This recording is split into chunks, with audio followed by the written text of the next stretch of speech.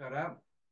ನಾನು ಇವಾಗ ಇದರಲ್ಲಿ ಆಲ್ರೌಂಡರ್ ಪ್ರಾಜೆಕ್ಟ್ ಅಲ್ಲಿ ಪ್ರಾಫಿಟ್ ಲಾಸ್ ಅನಾಲಿಸಿಸ್, ಲಾಭ ನಷ್ಟ ಏನಂತ ಕರೆದ್ವಿ ಅದಕ್ಕೆ. ಪ್ರಾಜೆಕ್ಟ್ ಹೆಸರು ತಡಿ ನೋಡ್ತಾ ಇದ್ದೀನಿ, ಏನಂತ ಕರೆದ್ವಿಪ್ಪ. ಆಲ್ರೌಂಡರ್ ಪ್ರಾಜೆಕ್ಟ್ ಕನ್ನಡ ಏನ್ ಕರೆದ್ವಿ ಅದಕ್ಕೆ? ಆ, ಲಾಭ ಮತ್ತು ನಷ್ಟ ವಿಶ್ಲೇಷಣೆ. ಓಕೆ, ಆ ಪ್ರಾಜೆಕ್ಟ್ ಅನ್ನು ಹೆಂಗ್ ಮಾಡೋದು, ಹೆಂಗೆ ಮಾಹಿತಿ ಕಲೆಕ್ಟ್ ಮಾಡೋದು, ಆಮೇಲೆ ಹೆಂಗೆ ಅದಕ್ಕೆ ಶಿಫಾರಸ್ ಕೊಡೋದು, ಇದು ಸಲಹೆಗಳು ಕೊಡೋದು, ಅದು ವಿಚಾರ ಮಾತಾಡೋಣ. ಓಕೆ, ಸೊ ಒಂದು ಇದು ಎರಡು ಮೂರು ಇಲ್ಲ ಮೂರು ಮಾಡಿದ್ರೆ ಸಾಕು. ಓಕೆ, ಇಲ್ಲ ಇಲ್ಲ ಆ, ಹೊಲ ಒಂದು, ಹೊಲ ಎರಡು, ಹೊಲ ಮೂರು ಅಂತ ಹೇಳಿದ್ದೀನಿ. ಸೊ ಮೂರು ಮಾಡೋಣ ಸಾಕು, ಆಯ್ತಾ? ಆ ಸರಿ, ಓಕೆ. ಸೊ ಇವಾಗ ಹೊಲ ಒಂದು. ಓಕೆ, ಹೊಲ ಒಂದು ಅಂದ್ರೆ ಇವಾಗ ನಂದಿಷ್ಟು ತೋಟ ಅಂತ ಇಟ್ಕೋಣ. ಓಕೆ, ಸುರೇಶನ ತೋಟ.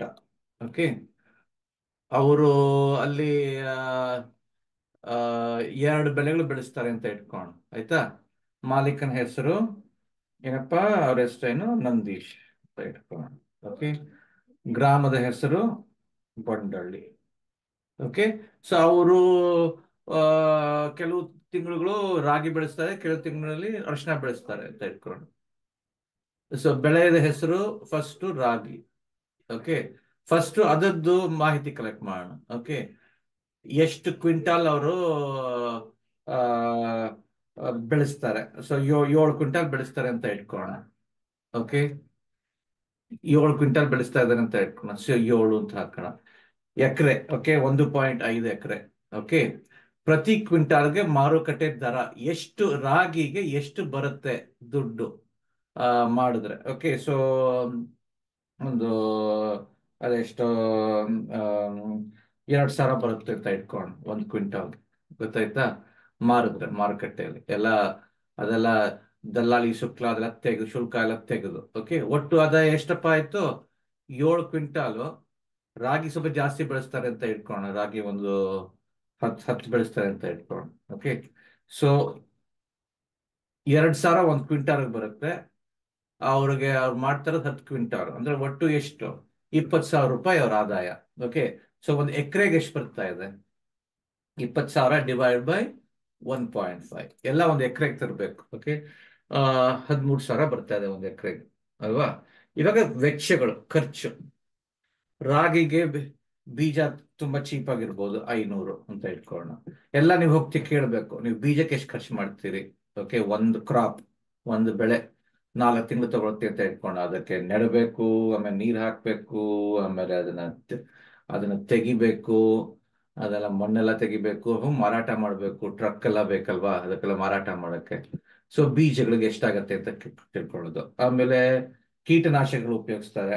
ಓಕೆ, 700 ರೂಪಾಯಿ ಅಂತ ಇಟ್ಕೊಳ್ಳೋಣ. ರಸಗೊಬ್ಬರಗಳು 400 ರೂಪಾಯಿ ಅಂತ ಇಟ್ಕೊಳ್ಳೋಣ. ಯಂತ್ರೋಪಕರಣ ಬಾಡಿಗೆ, ಅದಕ್ಕೆಲ್ಲ ಟ್ರ್ಯಾಕ್ಟರ್ ಬೇಕಾಗ್ಬೋದು, ಇಲ್ಲಾಂದ್ರೆ ಏನೋ ಒಂದು ನೇಗಿಲು ಬೇಕಾಗ್ಬೋದು, ಅದಕ್ಕೆ ಎಷ್ಟು? 1,000 ರೂಪಾಯಿ ಅಂತ ಇಟ್ಕೊಳ್ಳೋಣ. ವಿದ್ಯುತ್, ಅದಕ್ಕೆ ನೀರು ಹಾಕಕ್ಕೆ ವಿದ್ಯುತ್ ಎಷ್ಟು? ಅದಕ್ಕೆ 1,200 ಅಂತ ಇಟ್ಕೊಳ್ಳೋಣ. ಆಮೇಲೆ ಕಾರ್ಮಿಕರ ಸಂಬಳ, ಅದೇ ಜಾಸ್ತಿ ಆಗತ್ತಲ್ವಾ, ಅವೆಲ್ಲ ಕೊಡ್ಬೇಕಲ್ಲ. ಕಾರ್ಮಿಕರ ಸಂಬಳ ಒಂದು 3,000, 4 ತಿಂಗಳು ಇನ್ನೂ ಜಾಸ್ತಿನೇ ಆಗ್ಬೋದಲ್ವಾ, ಎಷ್ಟು ಅಂತ ಗೊತ್ತಿಲ್ಲ ನಂಗೆ. ಇಲ್ಲ ಮನೆಯವರೇ ಮಾಡ್ಕೊಂಡ್ರೆ ಚೀಪು ಅಲ್ವಾ, 4,000 ಅಂತ ಇಟ್ಕೊಳ್ಳೋಣ.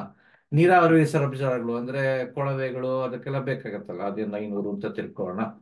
ಆಮೇಲೆ ಸರಕು ಸಾಗಣೆ ಶುಲ್ಕಗಳು ಅಂದ್ರೆ ಏನಿದು? ಆ ಆ, ಅದೇ ಬೇರೆಯವರು ಕೊಡ್ಬೇಕಲ್ಲ, ಅದು. ಸೊ ಅದೊಂದು 700 ಅಂತ ತಿಳ್ಕೊಳ್ಳೋಣ. ಕಾರ್ಮಿಕರ ವಾಹನ ಪೆಟ್ರೋಲ್ ಶುಲ್ಕಗಳು, ಆ ಇದು ಆ, ಇವರೆಲ್ಲ ಬರ್ತಾರಲ್ಲ, ಅವ್ರಿಗೆ ಕೆಲಸ ಮಾಡಕ್ ಬರ್ತಾರಲ್ಲ, ಅವ್ರಿಗೆ ಬೇರೆ ದುಡ್ಡು ಕೊಡ್ಬೇಕಲ್ಲ. ಸೊ ಅವ್ರಿಗೊಂದು 1,000 ರೂಪಾಯಿ ಅಂತ ತಿಳ್ಕೊಳ್ಳೋಣ. ಕಾರ್ಮಿಕರ ಆಹಾರ, ಅವ್ರ ಊಟ ಬೇರೆ ಕೊಡ್ಬೇಕು, ಉಪ್ಪಿಟ್ಟು ತರಕಾರಿ ಇದು ಸಾಂಬಾರೆಲ್ಲ ಕೊಡ್ಬೇಕು.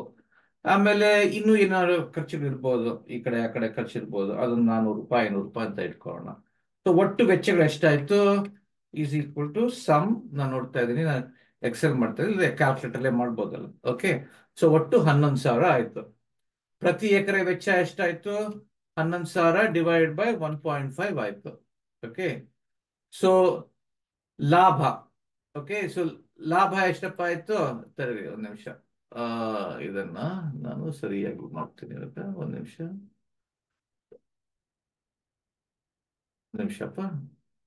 ಓಕೆ. ಸೊ ಲಾಭ ಎಷ್ಟು ಇವಾಗ? ಅವ್ರಿಗೆ ಖರ್ಚು, ಅವ್ರ ಆದಾಯ 13,000, ವೆಚ್ಚ 7,300. ಸೊ ಒಟ್ಟು ಅವ್ರಿಗೆ ಲಾಭ ಬರ್ತಾ ಇರೋದು ಆದಾಯ ಮೈನಸ್ ವೆಚ್ಚ ಅಲ್ವಾ? 6,000.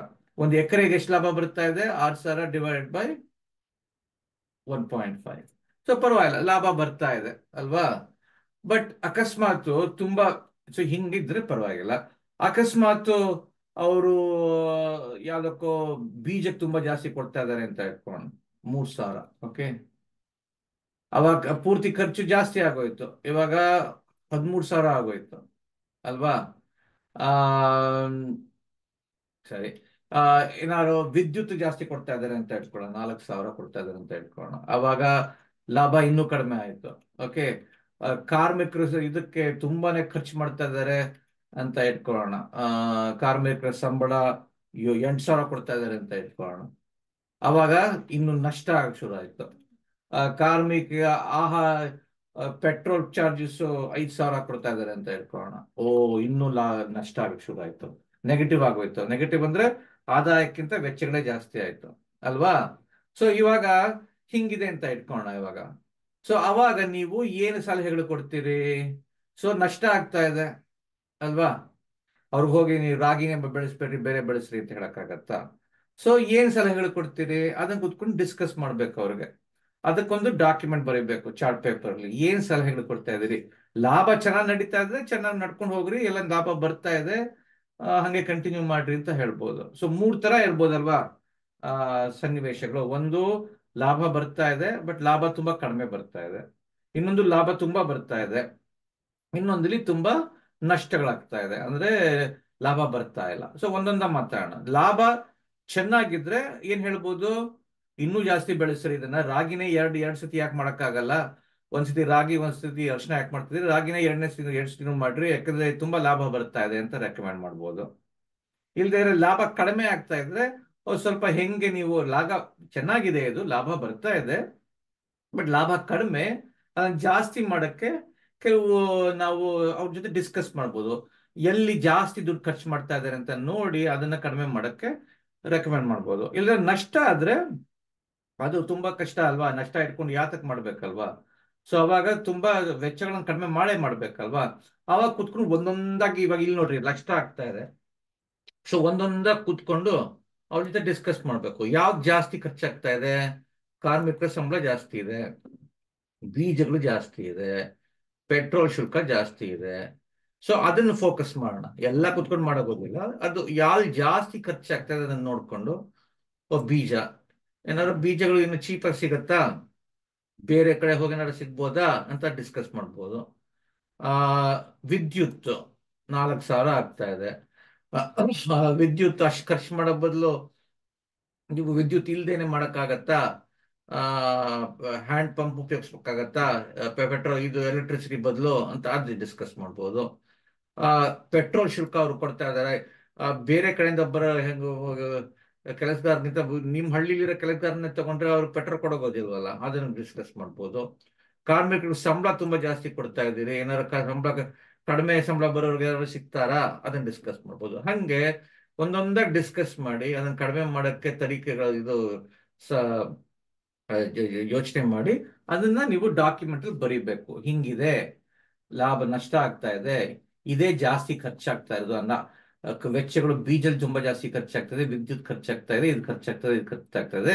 ನಾವು ಕುತ್ಕೊಂಡು ರೈತರ ಹತ್ರ ಮಾತಾಡಿ ಅವ್ರ ಜೊತೆ ಡಿಸ್ಕಸ್ ಮಾಡಿ ಈ ಸಲಹೆಗಳು ಕೊಟ್ಟಿದ್ದೀವಿ ಅಂತ ನೀವು ರೆಕಮೆಂಡೇಶನ್ ಚಾರ್ಟ್ ಪೇಪರ್ ಬರೀಬೇಕು.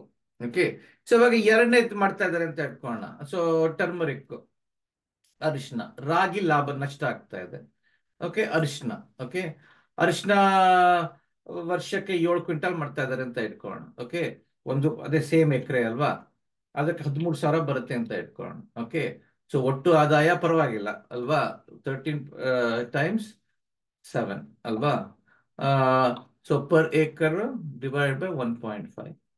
ಬಟ್ ಖರ್ಚುಗಳು ಜಾಸ್ತಿ ಇರುತ್ತೆ ಅನ್ಸುತ್ತೆ, ನನಗೆ ಗೊತ್ತಿಲ್ಲ. 5,000 ಖರ್ಚು ಜಾಸ್ತಿ ಇರ್ಬೋದು. ಸೊ 2,000 ನಂಗೆ ಗೊತ್ತಿಲ್ಲ. ಟರ್ಮರಿಕ್ ಅವ್ರನ್ನ ಕೇಳ್ಬೇಕಲ್ವಾ. ದುಡ್ಡು ಜಾಸ್ತಿ ಬರೋದ್ರಿಂದ ಖರ್ಚು ಜಾಸ್ತಿ ಇರಬೇಕು. ನೀರ್ ಜಾಸ್ತಿ ಬೇಕಾಗ್ಬೋದು ಅದಕ್ಕೆ, ಯಾರು ಗೊತ್ತು ಅಲ್ವಾ.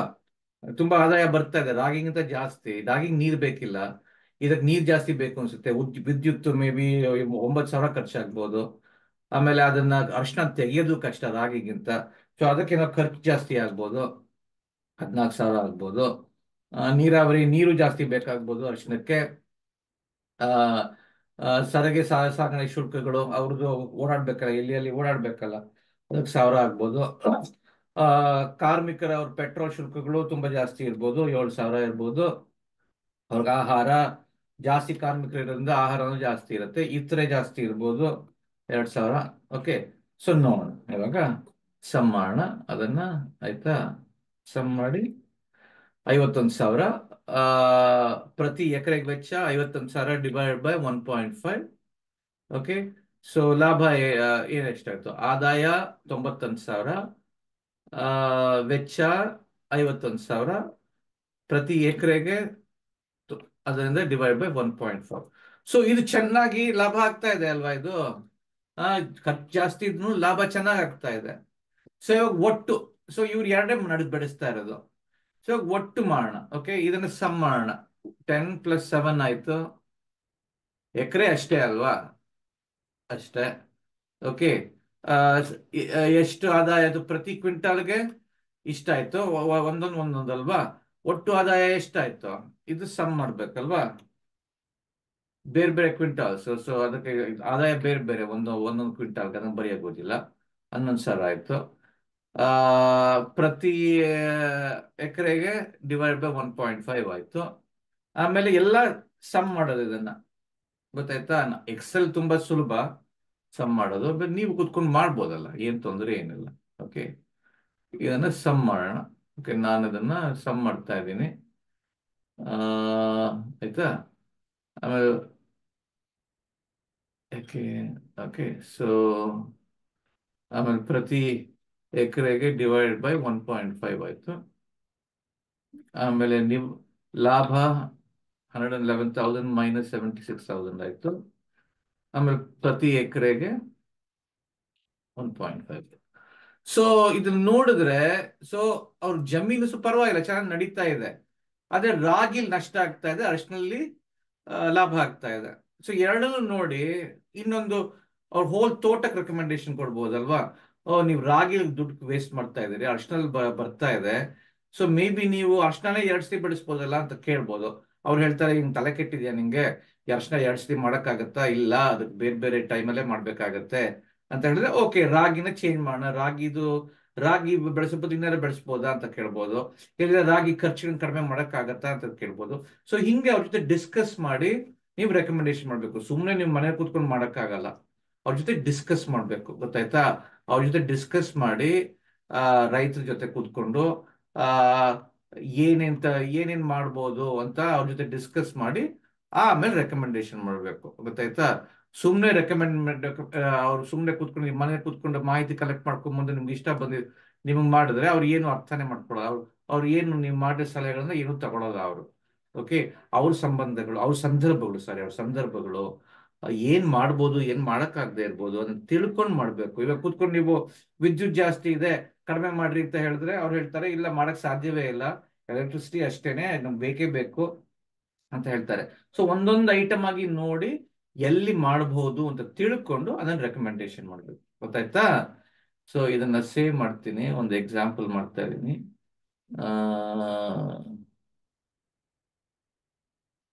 ಎಕ್ಸಾಂಪಲ್ ಆಮೇಲೆ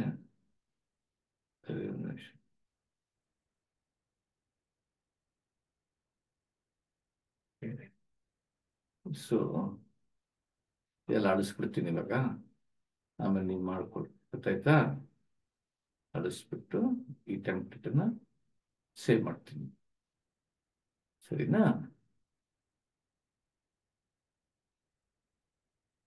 ಸರಿ, ಥ್ಯಾಂಕ್ ಯು. ಅರ್ಥ ಆಗಿದೆ ಅಂತ ಅನ್ಕೊಂಡಿದ್ದೀನಿ.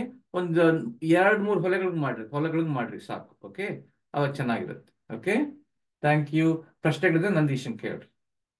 ಬಾಯ್.